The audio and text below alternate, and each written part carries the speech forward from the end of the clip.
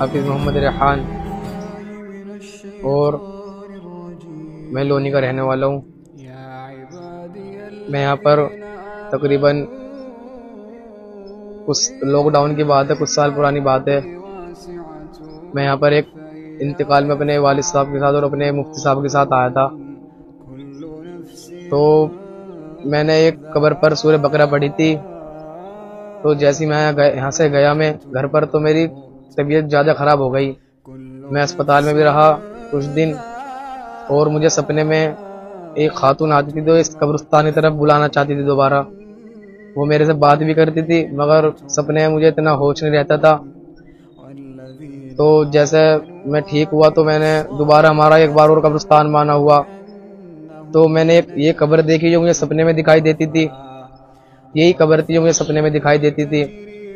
तो फिर मैंने अपने वालिद साहब को बताया कि वही कब्र सपने में दिखाई देती थी। और मैंने कुछ दिन यहाँ पर फिर सूरह बकरा पढ़ी थी। मैंने कुछ पारे यहाँ पढ़े थे। तो मैं घर गया तो मुझे फिर शाम को सपने में दोबारा ये खातून, जिसने मेरा शुक्र अदा करा कि मैं बहुत खुश हूँ, आप कब्रिस्तान आए और मेरी कब्र पर पढ़ा। मुझे बहुत खुशी मिली कि वे कह रही थी कि मेरी कब्र पर आज तक किसी ने नहीं पढ़ा, कोई आज तक इनकी कब्र पर आया नहीं।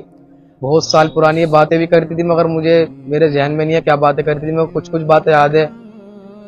ये बातें कर रही थी कि आप हमेशा वहाँ मेरी कब्र पर आया करो, आप पढ़ा करो, आप भी खुश रहोगे। और ये बताती कि मैं बहुत खुश हूँ, ऐसा लगता है कोई मेरे पैर दबा रहा है, मेरा सिर दबा रहा है। ये पहले बहुत परेशान थी, मगर ये बताती जब से मैंने पढ़ना शुरू करा ये बहुत खुश है।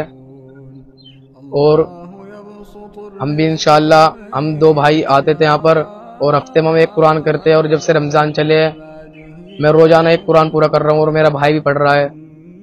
रोज़ाना हम यहाँ पर आ रहे हैं। और ये किसी अपनी बेटी का जिक्र करती है, कोई मुमताज, कोई ऐसी शहनाज बातें करती है, शहनाज नाम ये बातें करती है मेरे से। मगर तकरीबन 3 महीने पहले मेरे सपने में आई थी, उसके बाद नहीं आई। इन्होंने कहा था कि मैं बहुत खुश हूँ, हमेशा ऐसी आती रहना। और इंशाअल्लाह हम जब तक जिंदा है इस कब्र पर आकर पढ़ेंगे और पढ़ते रहेंगे।